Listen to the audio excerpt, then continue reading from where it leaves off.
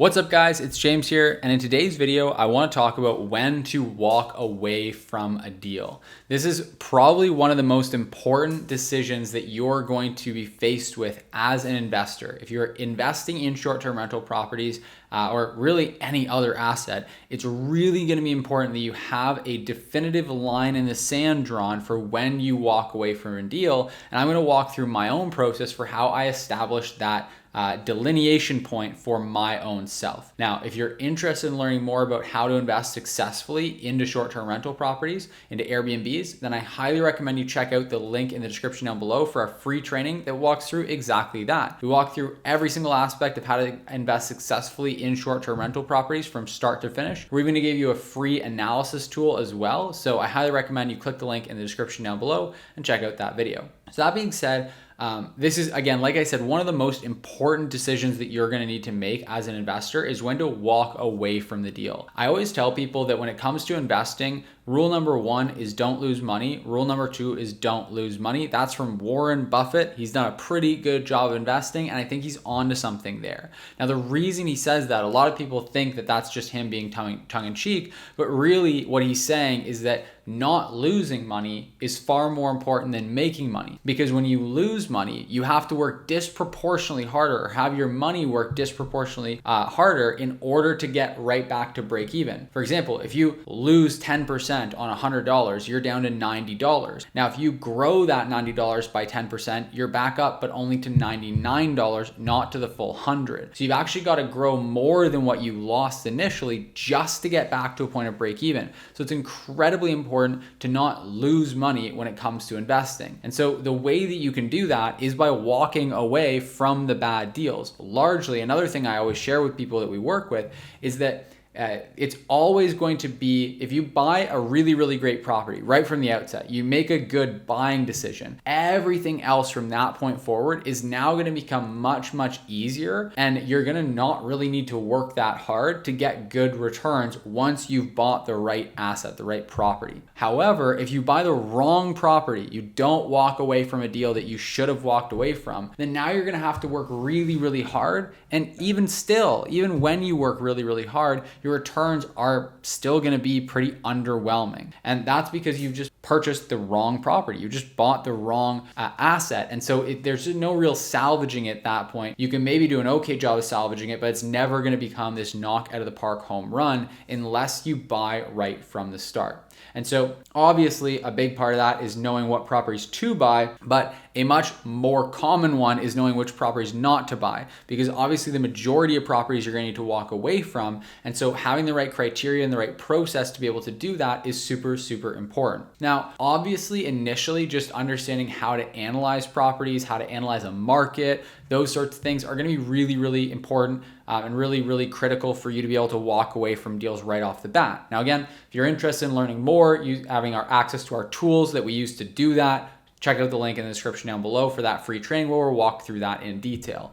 But then as you go along, there's going to be some properties that make it through that initial screening and filtering, but that you're still ultimately going to walk away from. So I had the experience not too long ago now of offering on a property, and that offer actually got accepted. I was really, really excited about the property. I had paid about $1,000 to get both a property and a septic inspection done at the property. I took time out to actually go and see the property. And so at that point, there's what we call a sunken cost bias, because at that point now, I was emotionally invested in the property. I really, really liked this property. It was in a really great location. There was no neighbors nearby. The actual land it was on was really, really cool. There was a lot of stuff that I really, really loved about this property. And not only that, but I had all this sunken cost. I had my time, I had my energy, my realtor's time, and I felt bad for my realtor because I wanted to make sure that my realtor was making good money and that she was making a good return on her investment of her time and working with me. And then I also had the sunken cost of the money that I'd spent on the inspection.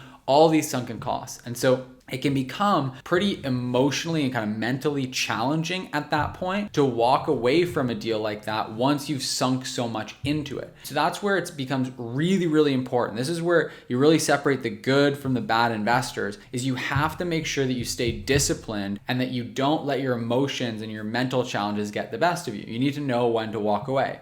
And so for this particular property, in the inspection that we thought was going to come back clean and show a few small things, there were actually some foundational issues with the property. Now, foundation issues, for any of you guys who have bought properties before, you know that that's not a good thing. It's not a good sign. Now, in this particular case, the foundation had some shoddy work done in it. And so there's going to be quite an extensive amount of work needing to be done that wouldn't really add value to the property. And so I was going to need to sink another 20 to 30, maybe even $40,000 in cash into this property. It also revealed that some other work around the house had been done by a kind of weekend warrior, so to speak. So it wasn't really done the way that it should be done. And so there was going to be about another $10,000 just kind of fixing things up. And then I was also going to have to deal with the fact that if all this stuff that we can see is not really done well, what about all the stuff that we can't see? And so at that point, I did try to negotiate with the property owner, because again, I was really in love with this property. There's a lot of really great positives for it in terms of the location, the land it was on, everything else. And so I tried to negotiate with the seller of the property. Now, unfortunately, the seller of this property was incredibly unreasonable, wasn't willing to negotiate at all,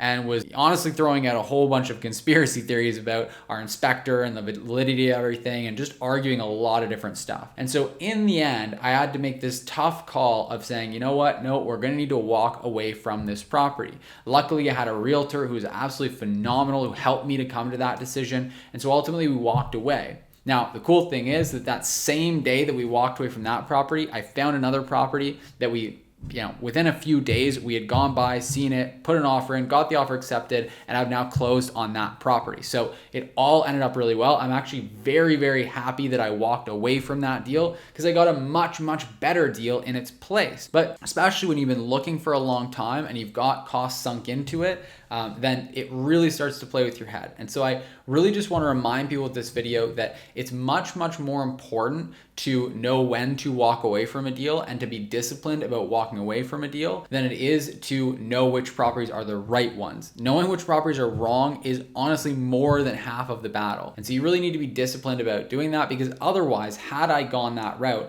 I'd be out way more cash, I'd have a worse property, and ultimately I wouldn't be able to get as good of a return on an investment as I would want. Now, the long-term impact of that is that then my money is not making as much money. So it slows down my process to getting the next property, which then will slow down my process to getting the next property. And so my whole growth curve, if you ever see like a compound growth curve, how it shoots up, well, that hockey stick curve is just going to be effectively pushed back by several years. I'm really going to be delayed in getting to where I want to be financially. So it's really important. And the best way that I've found to know when to walk away from a deal is to make sure that you set very clear, specific criteria for your own self in terms of how much money you're going to be putting into the deal for cash, down payment, closing costs, renovation costs, everything like that. And make sure that you're never going to be exceeding that amount. You never want to buy too much house or buy too much project for what your budget can afford. There's nothing worse than doing a renovation job or buying a property with more cash than you anticipated, and then suddenly you're pressured to cut corners and to do things the way that you don't want to, make big sacrifices. So that's number one, is just understand exactly what amount of cash you're ready to put into the deal, and don't compromise on that with yourself and kind of escalate yourself. It can really be a stair step that people end up doing, where first off, it's okay, it's only another $5,000. Well, but then if I'm doing that, I might as well do this other thing, because then it's only an extra $10,000. And then before you know it, you're $40,000 or $50,000 ahead of where you thought you were going to be on this project. So that's number one, knowing the amount of cash you want to have into the deal and you're prepared to put into the deal. Number two is knowing what your rock bottom numbers are. So you need to really make sure that you do a great job of analysis. Again, if you want to learn how to do that and get our tools for analyzing properties, the link is in the description down below for that training. But you really need to know, number one, what is the worst case scenario, and reevaluate the worst case scenario as you get more information on the deal. And then also know what your average scenario is and what is the least that you're willing to accept as that average scenario. And make sure again that you're updating the numbers on that for the deal. So in my case with this deal, it ended up getting to the point where it was going to take more cash than I had originally planned, but I was okay with the initial cash outlay. So that was something where the deal originally I had set, here's how much cash I can spend on a deal, and the deal initially was going to be less than that amount. So that was great. But then when we found out about the additional work being done, it came up to how much cash I was prepared to spend, but not over it. So it actually wasn't the cash outlay that ended up stopping me from doing the deal. What it was the return on investment.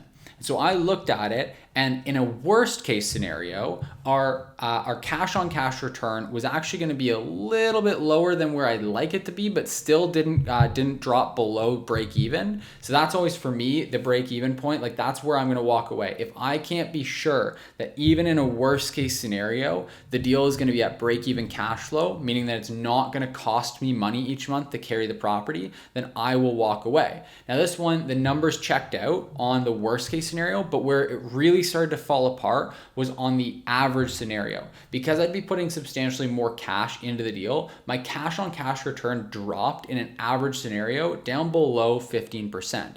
Now for me, that's my bare minimum of what I want in an average scenario. Ideally, I want my average scenario to yield 20 or 30% cash on cash, but I will accept 15% with the right deal. Now with this one, it actually dropped below that, and so with that in mind, I walked away. Now, had I been able to negotiate with the seller more effectively and drop that purchase price down, then I could have gotten the cash on cash to an area where it would have been acceptable for me, and I could have pursued the deal further. But because the seller wasn't willing to negotiate, I had to draw that line in the sand, be disciplined, and walk away from that deal.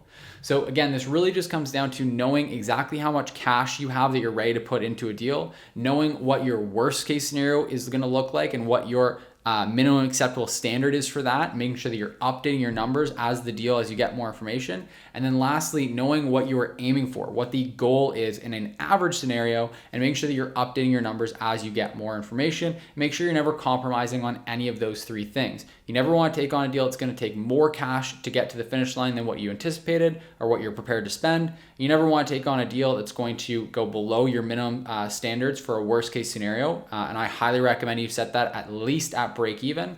And you never want to do a deal where you're not going to be assured that you should at least bring in about 15% cash on cash in an average scenario. Again, you can set that standard, whatever is most comfortable for you. You might want to be more or less aggressive than I am, but you want to make sure you set those standards for yourself and stay really disciplined with them. So all that being said, I hope this video was valuable to you. I hope it was helpful to you. And if I can help just one person walk away from just one deal where the numbers don't pencil out, then I will consider that a really, really big success because of how impactful it is for someone to do a bad deal and actually buy the wrong property. If you like this video, give it a thumbs up. Again, if you want to learn more about exactly how to invest successfully in short-term rental properties and get 15, 20, 30% cash on cash returns, then check out the link in the description down below. Check out our free training that walks through all of that in detail. And then you'll also be able to grab our analysis spreadsheet completely free, so you can use that with your own investing to make sure that you analyze deals properly and know your numbers. Anything else, just drop me a comment in the any note in the comment section down below if you have any questions, anything you'd like to talk to me about, or anything you'd like me to discuss in upcoming videos. And if you haven't yet, then make sure you subscribe to the channel. All that said, I hope you have a fantastic rest of your day, and I'll see you in the next video.